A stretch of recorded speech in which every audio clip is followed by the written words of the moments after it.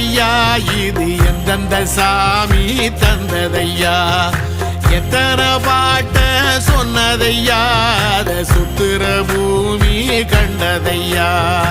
அடிச்சு வீசும் காத்துலையும் அந்த தகப்பனாச சுத்துதையா பிடிச்சு பூக்கும் விதையிலும் ஒரு வம்சத்து கதையே உள்ளதையா 100 தலைமுறை சேர்ந்து செதுக்குன ஈர நலம் இது பாறையா